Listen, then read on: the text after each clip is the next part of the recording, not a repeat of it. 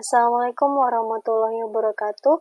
Perkenalkan, nama saya Hervin Karyan Dwi Hapsari Budiono. Saya dari kelas pengantar globalisasi C dengan nomor absen 12 dan dengan nomor NIM 205120400111041. Kali ini saya akan memberikan critical review terhadap topik kali ini, yaitu auto modernity.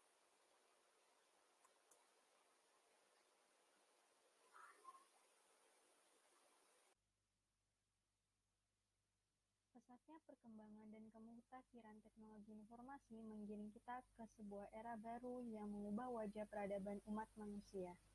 Media baru atau new media telah menjadi basis struktur dalam percepatan perkembangan masyarakat global dalam 2 dekade terakhir. Sisi digital dan virtual yang melekat pada media baru telah membawa interaksi manusia dan masyarakat ke tingkat yang paling kompleks. Interaksi sosial berada dalam bentuk evolusinya yang paling puncak, di mana batas-batas antara yang nyata dan yang virtual menjadi kabur dan seolah-olah tidak lagi relevan ketika membedakan dua ranah tersebut. Kebiasaan manusia yang semula digerakkan oleh dunia eksternal empiris kini secara otomatis berubah semenjak produk teknologi informasi seperti misalnya telepon genggam yang kini tidak lagi hadir hanya sekadar sebagai alat komunikasi, namun juga sebagai alat pengendali dan penggali pengetahuan maupun hiburan.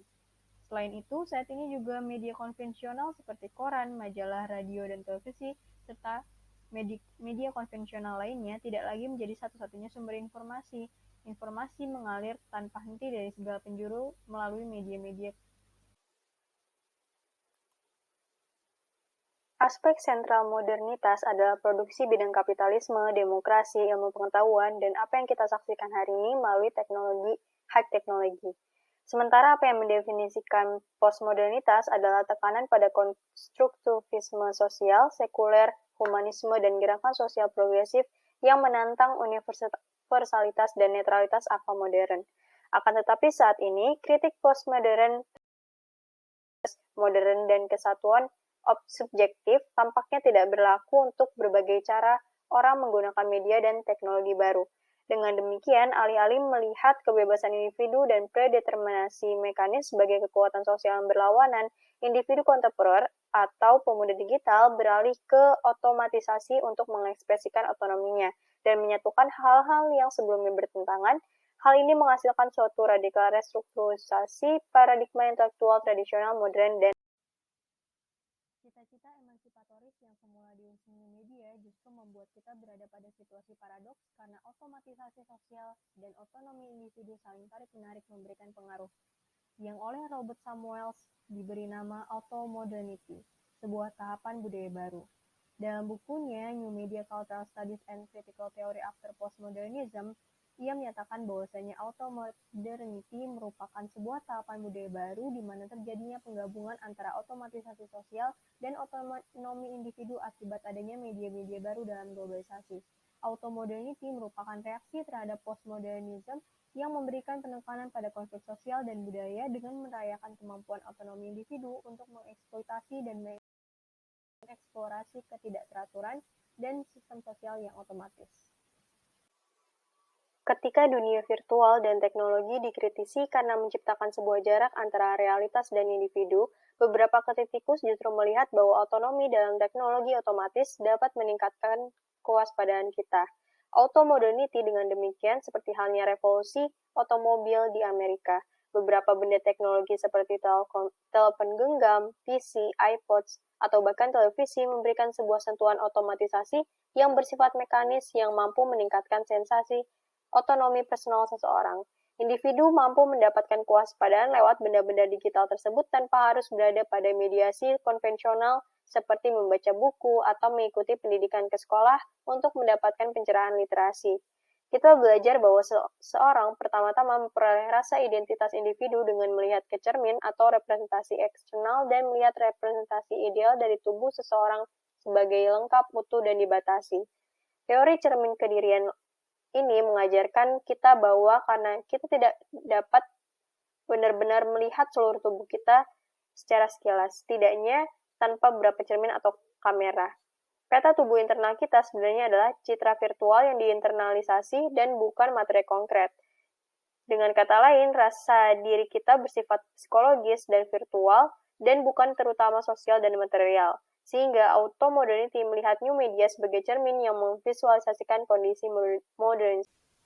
Meninjau dari aspek politik terhadap pengaruh auto-modernity terhadap politik, yaitu peningkatan rasa kontrol terhadap pejabat politik dan lingkup publik, dan meningkatkan kebebasan berpendapat melalui new media. Teknologi baru otomatis menyediakan bagi penggunanya peningkatan rasa kontrol dan kekuasaan individu terhadap lingkup publik dan atas apa yang mereka konsumsi. New media memegang peranan besar dalam reaksi auto-modernity terhadap pemerintahan yang menjabat.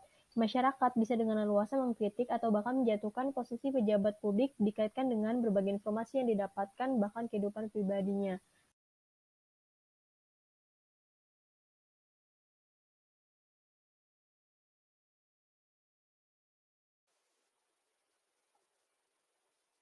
Dampak positif adanya auto-modernity. Yang pertama yaitu masyarakat lebih mudah memahami satu sama lain. Adanya new media ini akan membawa masyarakat sebagai masyarakat dunia, bukan lagi masyarakat di masing-masing negara, sehingga hal ini akan menghilangkan adanya rasisme dan memunculkan adanya pemahaman satu sama lain. Lalu yang kedua yaitu demokrasi yang masif, seperti yang sudah dinyatakan sebelumnya bahwasannya adanya new media ini memberikan wadah baru bagi masyarakat untuk dapat memberikan kebebasan dalam berpendapat maupun memberikan kritik sarannya terhadap pemerintahan, sehingga hal ini dapat dinyatakan bahwasannya demokrasi akan semakin masif karena adanya new media tersebut. Lalu yang terakhir yaitu pendidikan yang efektif dan efisien. Sebelumnya ketika masa postmodern pendidikan tradisional berpusat kepada penilaian karya individu siswa. Dengan adanya memasukkan inovasi dan dengan memasukkan inovasi dan teknologi baru ke dalam pendidikan, maka akan memunculkan adanya kolaborasi multitasking dan produktivitas dalam pendidikan itu sendiri.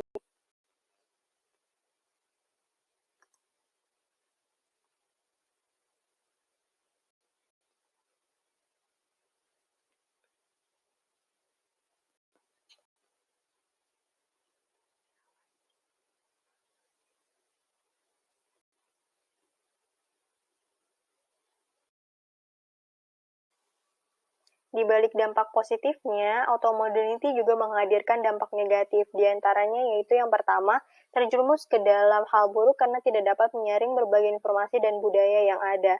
Masyarakat auto-modernity yang secara otomatis terkoneksi dengan pengaruh dari luar karena adanya globalisasi ini, apabila tidak dapat melakukan penyaringan terhadap berbagai informasi dan budaya yang masuk, akan terjerumus pada hal-hal yang kurang baik. Seperti contoh kasus nyata yaitu Charles Manson yang mengklaim bahwasannya lagu-lagu dari The Beatles menginspirasi dia untuk membunuh beberapa orang. Lalu, dampak negatif yang kedua yaitu adanya budaya hedonisme.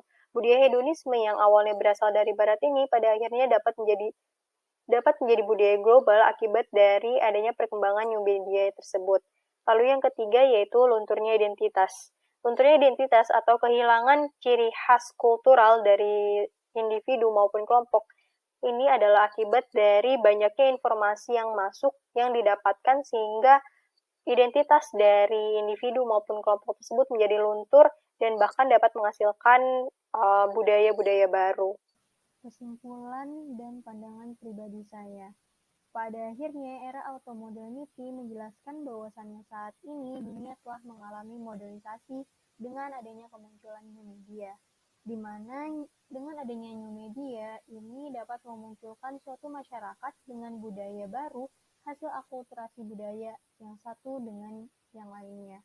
Kemajuan di bidang teknologi pada dasarnya tidak dapat kita tolak atau kita hindarkan, melainkan auto-modernity ini membuktikan bahwasannya yang perlu kita lakukan untuk menghadapi modernisasi ini adalah pengoptimalan berbagai media itu sendiri. Meskipun pada akhirnya masih terdapat berbagai dampak negatif dari adanya auto-modernity ini, tetapi mereka telah berhasil menjelaskan bahwasannya adanya otomatisasi ini tidak menghilangkan otonomi individu, melainkan justru nantinya akan ada terjadi penggabungan di era auto-modernity ini.